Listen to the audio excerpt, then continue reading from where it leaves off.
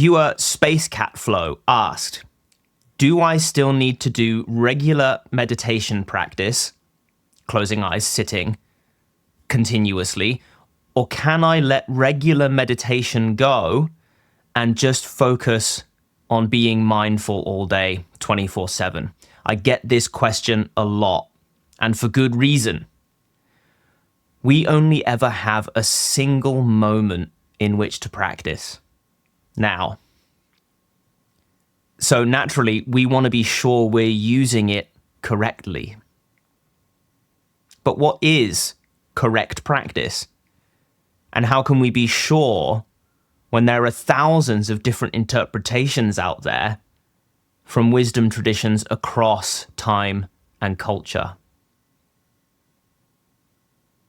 Some teachers say you must practice at the same time every day and for the same duration. Others say formal meditation is unnecessary and you should just do moment-to-moment mindfulness. Some teachers say you must sit with your back straight. Others say it doesn't matter. I struggled with this for years, trying to figure out which of these teachings was right. But the key point, I realized, was in the deep meaning of the term direct experience. It's what you experience, without interpretation, judgment, label, or description, that really matters. What actually occurs for you when you do formal meditation, what actually occurs for you when you do moment-to-moment mindfulness. This is a very different question to which traditional description of what should occur during meditation is your practice closest to. And besides, if you're like everyone else, lots of things will happen during practice. And so the real game is doing enough of your practice to gather data. Now, it's easy to feel lost in all of this, but I can give you a compass, the Buddha's compass. In the ancient texts, the Buddha told a large assembly of monks that he taught only one thing. That thing was dukkha, dukkha nirodha in Pali, and this means dissatisfaction and the end of dissatisfaction, the cessation of dissatisfaction. Using this compass, you can orient yourself. When you practice formal sitting meditation, do you experience more dissatisfaction or less? Do you experience more stress, more desire, aversion, anxiety, doubt, guilt, restlessness, self-loathing, ill will? Or do you experience less of these things? And when you practice moment-to-moment mindfulness, as you go about your day, do you experience more dissatisfaction or less? Do you experience more stress, desire, aversion, anxiety, doubt, guilt, restlessness, self-loathing, ill will? Or do you experience less of these?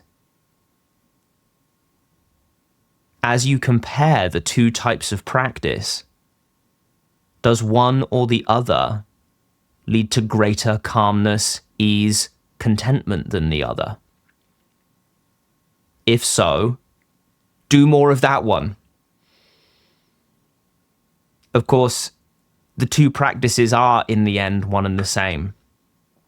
In fact, I like to define meditation as the dedication of distraction-free time to the practice of mindfulness.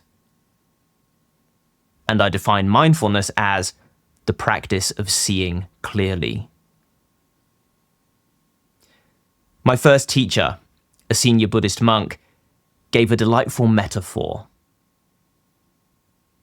The beginning musician, he said, needs time to practice alone without distraction. As they get familiar with the skill of playing their instrument, the musician progresses through the following stages. First, they call in a family member to show what they've learned. Second, they join a band and rehearse with the band. Third, they perform on stage. Each of these stages of progress requires greater familiarity and skill. But there's one further level, demonstrated by only the best musicians. The best musicians, no matter where they are, no matter what's going on around them, are just playing. They've become so familiar with their instrument that performing with it, even at the highest level, is no different to riding a bike. We can apply this model to the practice of mindfulness. And you can actually experiment with what I'm about to share in your own practice to see what level is the best fit for you. First, of course, we have the classical, seated, calm abiding meditation. You go to a quiet spot where you won't be disturbed, you get comfortable, and you focus on your breathing. Second, once there's some familiarity, practitioners graduate to walking meditation. Here, the breath is no longer the meditation object. The sensations of walking are used instead. These are more varied, and thus this is considered a more advanced practice by comparison. In the modern world, it's useful to go further. So third, you can go out in public and use the sounds and sights of the crowd as an evolving meditation object. Fourth, you can meditate in conversation. And this is challenging because in conversation there is a demand upon you to respond. Can you maintain meditative stability even as your boss is shouting unreasonable demands at you?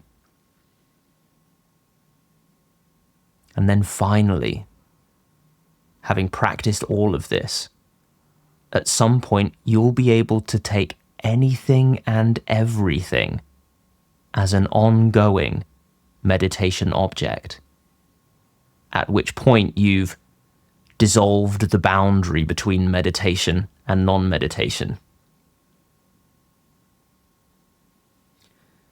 This model demonstrates what is called the gradual path. It presents a step-by-step progression.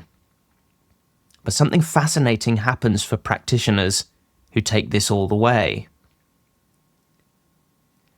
These practitioners all come to realize that there was never really anything in the way of meditative stability, which is a natural aspect of awareness itself, regardless of what appears within it. It only seemed to be interrupted because they bought in to the various things they experienced and then invested them with meaning. Thus, those things themselves seemed to have the power to make the practitioner think and feel other things in reaction.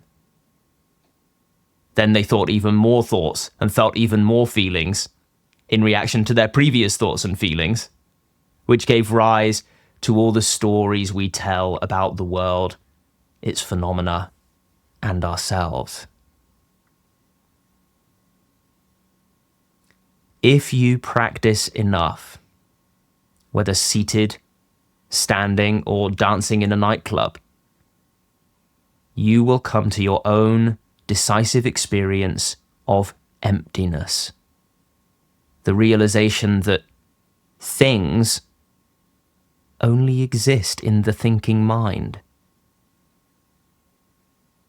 Without thinking, without interpretations, judgments, labels, and descriptions. Things do not exist. To you, a mountain is a mountain. To an ant, what you call a mountain is outside the range of perception, but a sandcastle is equivalent to a mountain. Perception is only relative, but we use labels as if they have absolute meaning. And this gets us into all kinds of trouble. For example, when we assume our boss is going to be unreasonable and go in expecting a fight, causing them to retaliate when actually they were in a good mood this morning. Mindfulness 101. There is only the present moment. When we first hear this, we understand it intellectually. Yes, it makes sense. The past and future are imaginary. They're not actually occurring right now, even when I am immersed in them, in the mind. But understanding this experientially is profoundly different. Understanding presence at the gut level means it is absurd to consider that there is any kind of solidity whatsoever to the past and future. We see then that the past and future are mere mental fabrications, not without their usefulness, but ultimately empty. Realizing this, it's not uncommon for us to burst into laughter. I've enjoyed many 30-minute giggling fits with students following their realization. So, you need not force yourself through the model of gradual development I presented just now, nor any other. There are hundreds of these models at least. If you can simply rest naturally, without seeking or describing anything, just for a brief moment, then the need for any form of deliberate practice is cut through right then and there. But if you find this to be inaccessible, if you insist that you must do something in order to figure out how to stop doing something, then you can use models of gradual development as a means of loosening your grip on reality until you're finally ready to let go.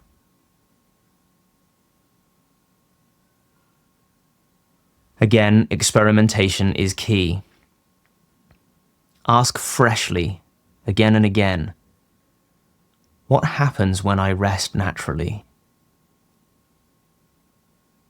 What is occurring without interpretation, judgment, label, or description? Can I let it be just as it is? Or do I find it irresistible to wish that the moment were different somehow? If you're like every student I've ever worked with, you'll report that it's easier to rest in some circumstances, more difficult in others. This is perfectly normal and natural. Your practice, then, is to use your restful moments as the example to aspire to in all other moments. And if some moments seem impossible to accept as they are, for example, when your boss is shouting in your face, then that may be the time to apply a more deliberate practice. Try focusing on your breathing while your boss shouts in your face and see what that does. Does it make it easier? Harder? Why? No doubt you can hear that there are a lot of possibilities regarding how to approach all this. This is what I spend most of my time guiding students through. If you're going it alone, there's nothing wrong with relying on a model of gradual development for support. Get comfortable with your sitting practice. then try walking. Get comfortable with walking, then try going somewhere public. Keep experimenting. And if you have questions, drop them in a comment for me. If you want guidance, take my 1-minute quiz in the description, then opt in to have a conversation with me via email. We'll talk about what your practice is like right now, then see if there's value in you receiving some help. I'm uploading these teachings just as often as I can, and I love taking questions from the comments like I did today and addressing them here in a video where there's space for this depth and nuance that is so important to these teachings. So please never hesitate to comment. If you have questions, leave them there. Do all the other stuff that tells YouTube that you liked this teaching, if you did indeed like it. And I hope to see you back here for the next one.